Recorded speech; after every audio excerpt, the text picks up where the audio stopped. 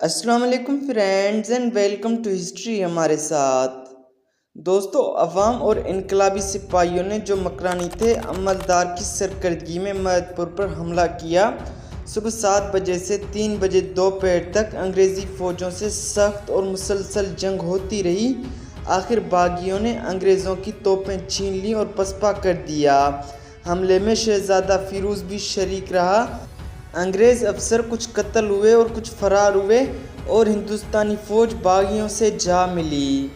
झांसी के हालात और माह जून 1857 ईस्वी के वाक़यात हम पिछली एक साथ में बयान कर चुके हैं। इस दौरान में झांसी आज़ाद रहा और दूसरे मकामात पर भी ज़बरदस्त बगावतें होती रहीं। लेकिन रफ्ता रफ्ता जब दुश्मनान वतन मुल्क के दूसरे हिस्सों में तहरीक आज़ादी को कुचलने में कामयाब हो गए तो जनवरी 1858 ईस्वी में उनकी फ़ौजें मुकम्मल तौर पर तैयार होकर वस्ती इलाकों में आज़ादी और इनकलाब की आग बुझाने के लिए दोनों तरफ से बढ़ीं और मुख्तलिफ हिस्सों में रवाना की गईं। उनके हमरा उस इलाके के अक्सर रजवाड़ों की फ़ौजें भी थीं जिन्होंने कदम कदम पर इनकलाबियों को कुचलने में अंग्रेज़ों की मदद की। उन रियासतों में बंदीला, कच्छ, ग्वालियर, इंदौर और भोपाल वगैरह शामिल हैं। व्हाइट लाख जबलपुर और उसके आसपास के इलाकों की तरफ बढ़ा और हीरोज़ ने हैदराबाद और भोपाल की फ़ौजों को शामिल करके झांसी पर चढ़ाई की। वो 6 जनवरी 1858 ईस्वी को महदपुर से बढ़ा और मामूली जंग के बाद रायगढ़, बानापुर और चंदेरी के किलों को फतह किया और उन मकामात पर दोबारा कब्जा करके 20 मार्च 1858 ईस्वी को झांसी से 14 मील दूर आ गया। टेढ़ी और ग्वालियर के राजा भी उसकी मदद पर आमादा थे और अब वो झांसी से करीब तर हो रहा था। दोस्तों, 24 मार्च 1858 ईस्वी को झांसी की तोपों ने आग उगलना शुरू कर दी। इनकलाबी फ़ौजें दुश्मनान वतन पर मौत व हयात से बेनियाज होकर टूट पड़ीं। दुश्मन के पास भारी फ़ौजें थीं तो उनके पास हिम्मत और मर्दानगी थी। उसके पास बर्बादी की ताकत थी तो उनके पास ज़िंदगी की उमंगें थीं। रानी के तोपची गुलाम गौस खान और कुंवर खुदा बख्श इस कदर शदीद गोलाबारी कर रहे थे कि अंग्रेज़ों का सबसे बड़ा तोपची मारा गया। सख्त नुकसान हुआ और बहुत सी तोपें खामोश हो गईं। रानी हर मकाम पर खुद निगरानी करके बिजली की तरह तमाम मोर्चों की देखभाल करती और तमाम काम अंजाम देती। शदीद गोलाबारी के बाद झांसी की भी बहुत सी तोपें ख़राब हो गईं और किले की दीवारों में शिकस्तगी के आसार पैदा हो गए।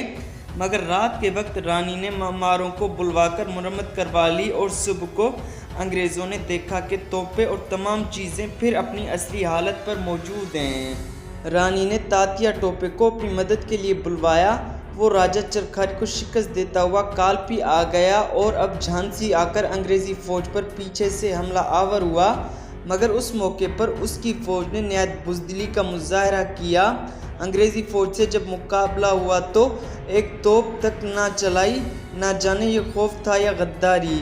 दुश्मन की फ़ौजों को फतह हो गई और इनकलाबी फ़ौजें बुरी तरह पसपा हो गईं। 1 अप्रैल 1858 ईस्वी को ये जंग बेतवा नदी के किनारे हुई। दोस्तों, 2 अप्रैल 1858 ईस्वी को अंग्रेज़ों ने आखिरी हमला किया।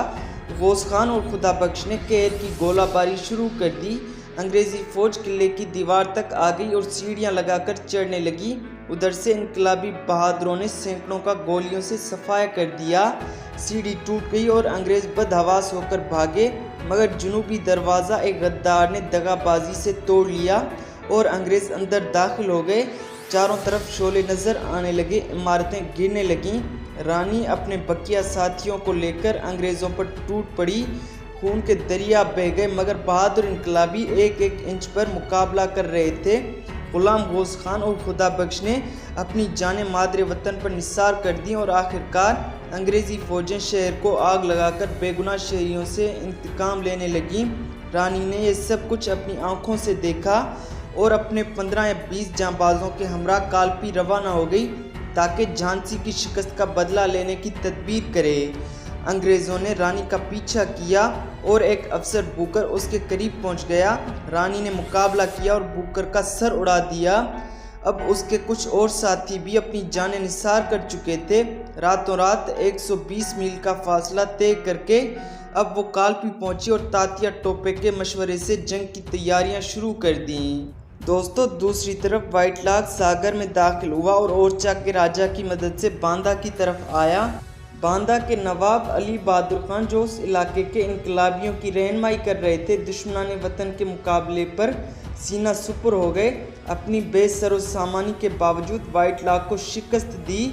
कई बार जंग हुई और आखिरकार 19 अप्रैल 1858 ईस्वी को अंग्रेजी फौजें बांदा में दाखिल हुई।